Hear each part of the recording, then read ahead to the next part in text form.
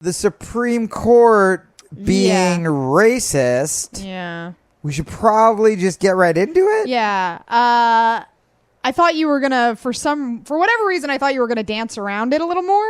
But you were correct. Racist. The members of the Supreme Court are racist and belong in a time where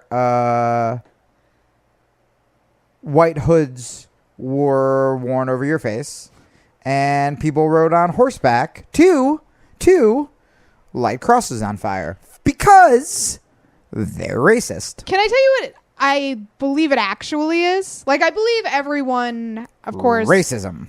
Can be racist to a point. We are certainly all are recipients of white privilege if we are white individuals. We all are racist sometimes. Like when I'm rapping along to the Kanye album and I think I have to go gong after he says he wants to eat sweet and sour sauce off an Asian lady's pussy. We're all racist. Oh, who was right about that, by the way? I still haven't heard the gong. Who was right about it? Just because one of your dumb Twitter fans agreed with you doesn't mean it's true. Just re-listen to the song. I listen to it every day.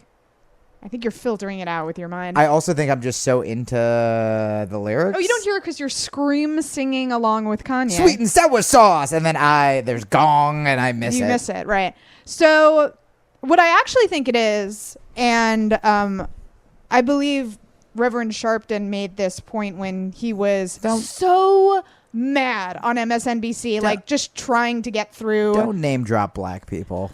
So what he was saying was that because the Voting Rights Act was so successful, and it was tremendously successful in, not alleviating racism by any means, but lessening discrimination in the South against black individuals when they were trying to do things like vote. The Voting Rights Act was really, really, really important. Now, the Supreme Court justices, other than Clarence Thomas and Sotomayor, are white people, and they don't have a lot of experience being black voting in the South. And they look at the gains we've made as a society and they think, wow, the Voting Rights Act was really successful. I guess we don't need it anymore, which is a really fucking stupid conclusion. Because it's like, right, it was so successful, we still need it. In fact, if you take it away, it's going to have really detrimental consequences. It's successful because it's there. That's the point I'm making, yeah. And are we a progressive enough show that I can say Clarence Thomas has to give back his blackness? I can't? I don't think you should say that. Because we're progressive enough where people will analyze it and be like, black people, it's racist to say they're all the same, like that kind of thing. Whatever. I stand by it. So can I just quickly explain what it is so people know what we're talking about? Okay. So the Washington Post actually has a really good recap of what the court's decision means, and I'll link to it in the episode recap. But the SCOTUS ruled that a key component of the 1965 Voting Rights Act is unconstitutional. In a 5-4 decision, the court decided that Section 4 of the Voting Rights Act is unconstitutional. So Section 4 dictates which parts of the country must receive pre-clearance before election laws can be changed there. Now, why would that be the case? Well, there are some areas of the country that are very racist, and they will do things that make it harder for black people to vote.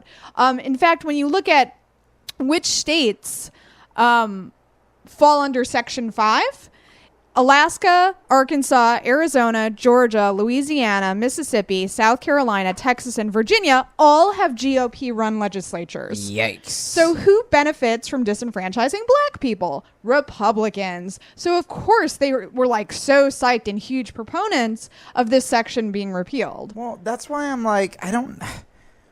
look, say what you will about the Supreme Court. They're all intelligent. Yes. I don't think that privilege...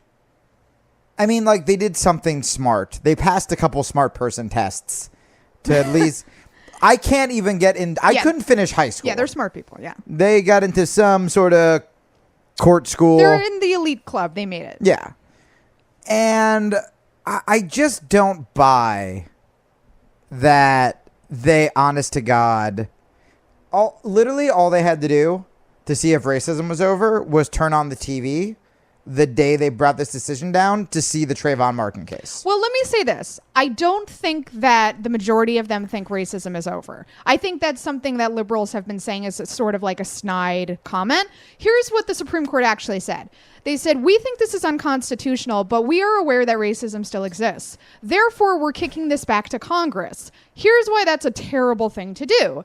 Has our Congress been able to accomplish anything lately? They're terrible. So they might as well have just thrown it out. I mean, honestly, like the Congress we have right now is paralyzed. They're not going to do anything with it. Yeah, I don't know, man. I mean, we've seen Clarence Thomas, whose like wife has like all these ties to like these like Tea Party groups. We've seen. Yeah, I mean, Thomas is like extraordinary. John Roberts has hated the fucking Voting Rights Act since he was a judge under Reagan, I think. Yeah, it's interesting because I think, like, we're not in their hearts and minds. We don't know if they're racist, but I think sometimes they excuse what they're doing by saying states' rights. We don't want the federal government telling people how to run their elections. But that's why we need courts, because sometimes the states are fucking racist.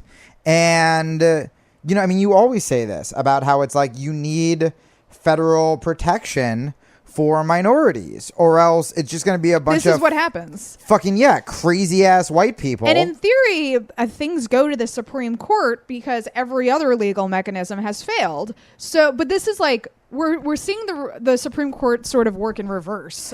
That's a great way to put it. I was trying to figure out how to phrase it. Where it's not protecting rights, it's stripping rights, it's returning to like the dark ages. Dude, where literally it's like, man, if you are poor and black in this country or of color, period, I don't know if you're going to be able to vote, honestly. Now, what if you're a black sexual harasser? You'll be able to sexually harass, but you still can't vote. But you can't vote. Nah, fair enough. I mean, it's like if someone was like, hey, the Mississippi State Legislature is debating bringing slavery to the Supreme Court, I'd be like, don't do it. Don't take the case. Another thing I'm really sick of is the media when they're like, you know, the civil rights community is really mad. But no, everyone should be mad. This is like an American principle. And also, civil rights is code for like black people. And it's like, this isn't a fucking, this shouldn't be like a partisan issue. You shouldn't be like, civil rights. What does that even mean anymore? The ghost of Martin Luther King Jr. is upset. It's like, no, we should all be fucking upset because it affects all of us, because it's stripping something that, you know, millions of people fucking fought for. Like, this is it's equality. It's not a fucking partisan, like the civil rights group isn't like some like obscure lobby. It's like a fringe group or something. It's a large part of the fucking population, and white people should be ashamed too. I mean, fuck, the civil rights movement, that's one of the only good things we've done in this stupid country. Well, admittedly, I've just been watching MSNBC and like looking at my Twitter feed, but it seems like people are universally upset about it. Like, I haven't just seen black activists being but like, on MSNBC, they're phrasing it that way. Like, at least I saw one reporter phrase it that way. Well, where, let me say, where they're like, the civil rights community is upset. No, everybody is upset. Well, let me say, when I hear civil rights community, I don't think of it that way. I'm like, right, because civil rights are a really good thing, and rights are a good thing. So I was like, yes, I consider myself part of that community, and I'm angry. I think it's just reporters. It's that fucking code for like the black people are upset. Because what do you think of do you think of you when someone says the civil rights movement? Do you picture like me and you, like with the black power sign? They're not saying the civil rights movement is upset. They're saying the civil rights community, which is like, I still picture like.